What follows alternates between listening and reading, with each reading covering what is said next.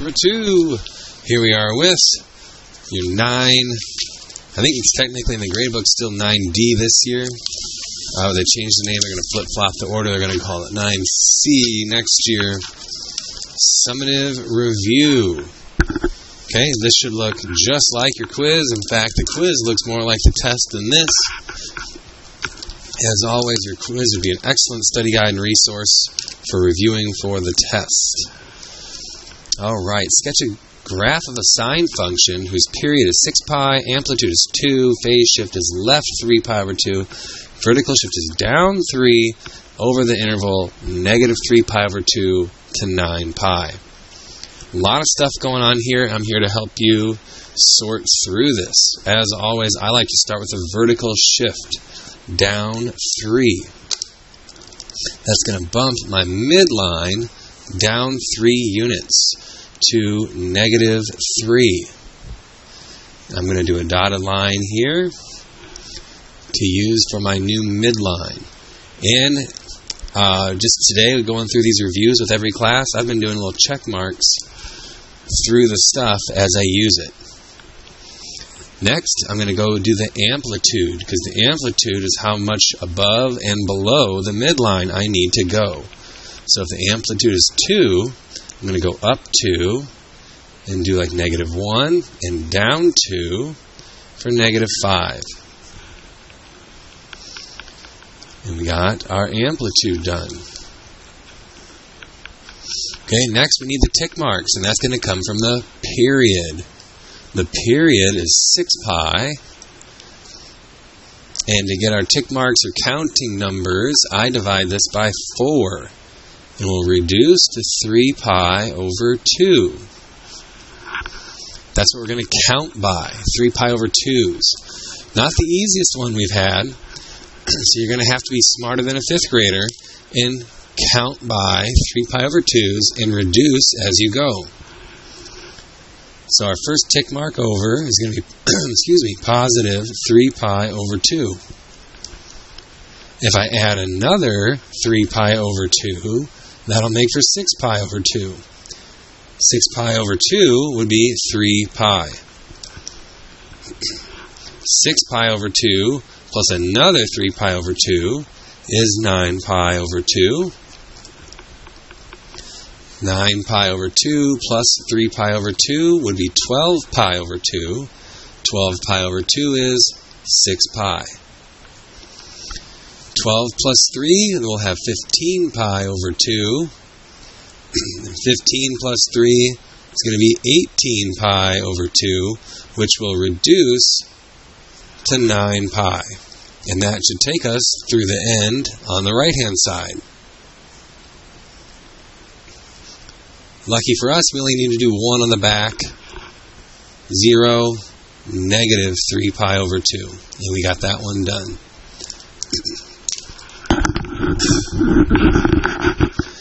Last one is going to be the phase shift, which is going to tell us where to start. Phase shift or horizontal shift is 3 pi over 2 to the left. So instead of starting on the y-axis, we're going to bump it back to the negative 3 pi over 2.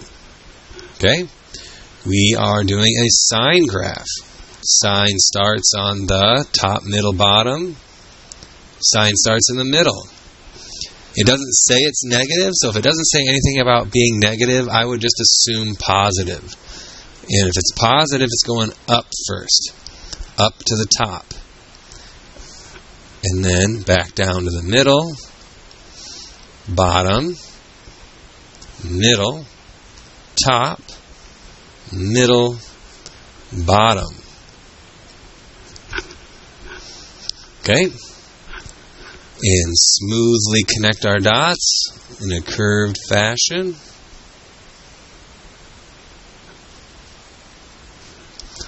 Alright, if you do throw on a little arrows at the end, that's okay with me. And technically we're supposed to start and stop, just as long as you don't add any more dots to the outside of that. Okay, and there's your 1. Congratulations, you're now passing. Alright, I think if you're looking to pass, number 1 And then the last problem, number 4 on the test, it'll be like 8 or 9 maybe on this worksheet. All right, let's do another one. Turn the page. Okay, this one looks very similar to ones we've done for lots and lots of homework assignments. 3 times cosine of 2 times parentheses x minus pi over 2 plus 1. We need to do the period, amplitude, phase shift, vertical shift, and graph it over this interval. Okay? So my first thing that I usually do is always the vertical shift. So we're thinking about that. We're going to be up 1. So not far off just a normal neutral one. But my left and right, we're pi over 2 to 2 pi. There's no negative. So when I draw my own, I don't need any negative. I don't need any negative on the left. So I might start it way over here. And then up and down, we're up 1, so we might need just a hair more on the top than the bottom. All right, we could have something that looks like that. Oop, got a little bump. Hit a little wiggle there. Okay. So if you can kind of just think about where you're going to be, it can help you draw that so that you can maximize your space. Okay. I always start with the vertical shift. We're plus 1. We're up 1. So my new midline is at 1. Amplitude, multiplier in the front, is 3. Amplitude is always positive. Even if there's a negative there, we're only going to write the positive. So I'm going up 3 from 1, which takes me to 4, and down 3 from 1, which will take me to negative 2. Okay, I did the 3, I did the 1. 2 times on the inside. 2 times on the inside. Okay, our normal period for cosine and sine is 2 pi. I have a times 2 on the inside, which means it's going to get done twice as fast.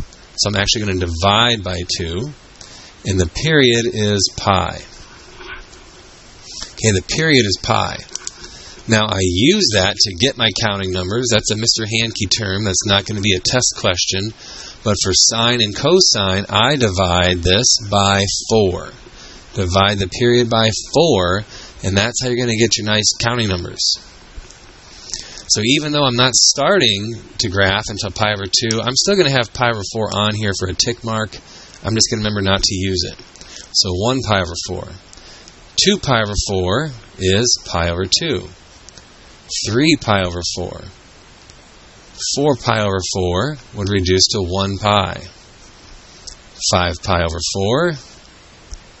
6 pi over 4 would reduce to 3 pi over 2. 7 pi over 4. And 8 pi over 4 would reduce to 2 pi. And that's where we wanted to stop. Okay, next up is phase shift or horizontal shift. It's minus, and remember anything inside is opposite, so we're actually going to go, minus makes you feel like you want to go to the negative side, to the left, but we're actually going to go to the right. Right pi over 2. Okay, you don't have to do this on your test. I'm just going to do this so you can kind of see what's going on. Normally cosine is going to start on the top. Boom. We are pi over 2 to the right. So I'm moving my start point to here. That's where I'm starting from. Normally we'd start there and we'd do our wavy out and wavy back if we have to. Okay? The cosine starts on the top. If it would have been a negative multiplier, amplitude is still positive, but then cosine would start on the bottom. Alright, so top, middle, bottom, middle, top, middle, bottom. Okay? And we're going to curve that out.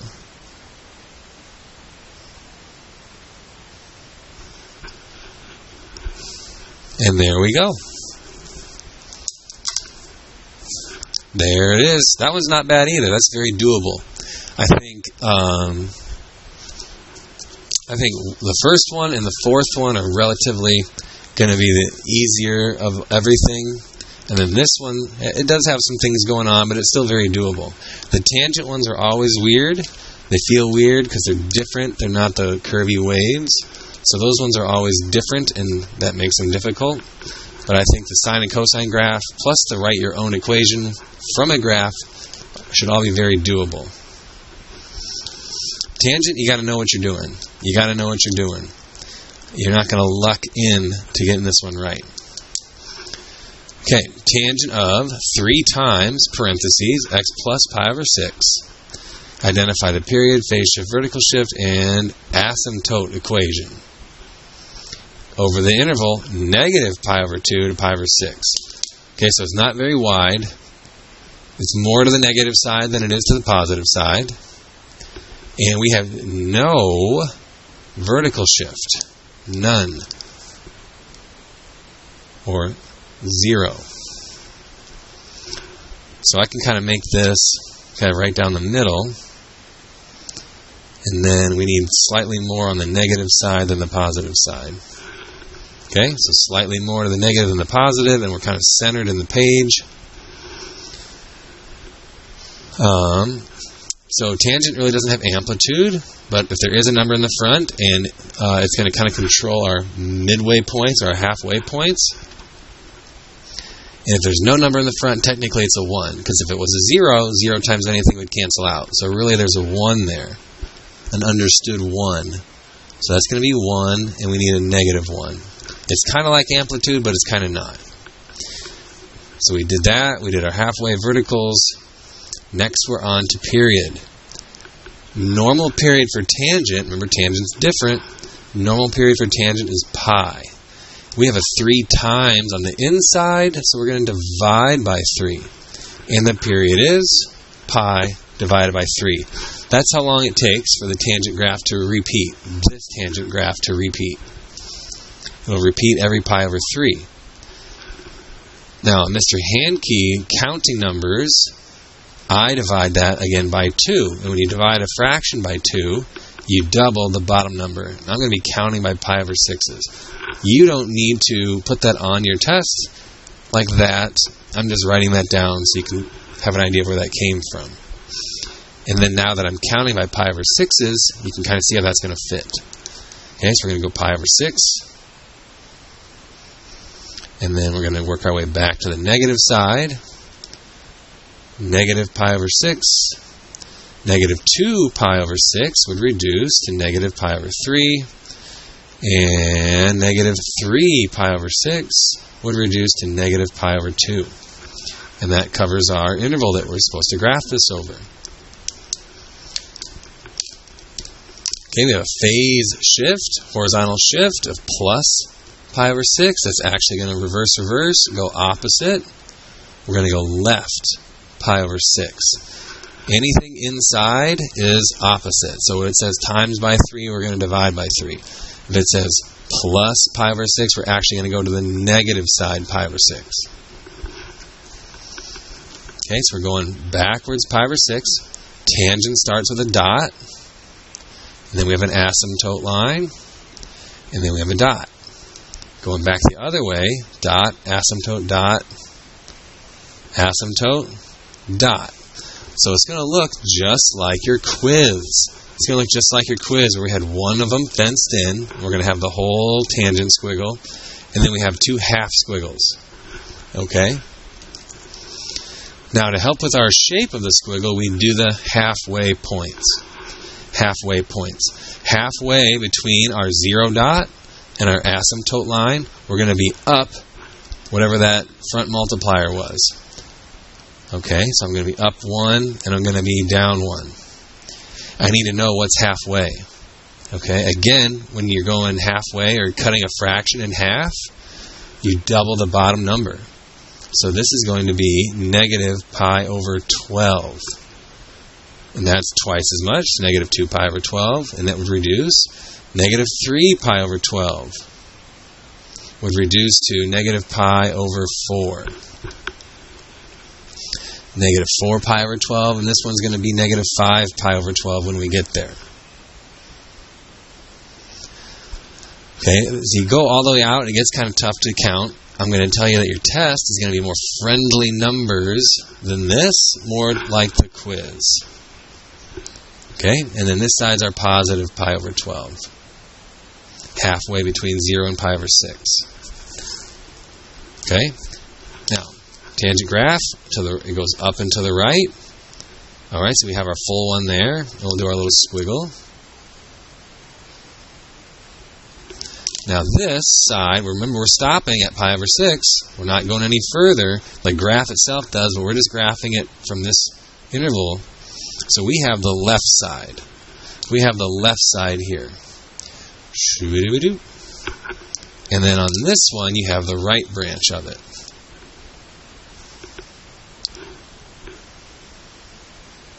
Alright? So you have two like broken pieces of it, and then the one main one there. Just like the quiz. For your asymptote equations, x equals, pick one of the equation or one of the asymptote lines you have. 0 is a nice easy choice.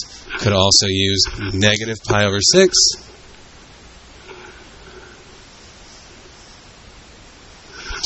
Okay? Negative pi over 3. Either one. And then we do the period, pi over 3, k, or n, or a different letter of your choosing. Okay? Or if you had negative pi over 3 plus pi over 3k. Alright, that k just represents that it keeps going. 0, pi over 3, another pi over 3, another pi over 3. You're going to keep having those asymptotes. And it goes negatives too.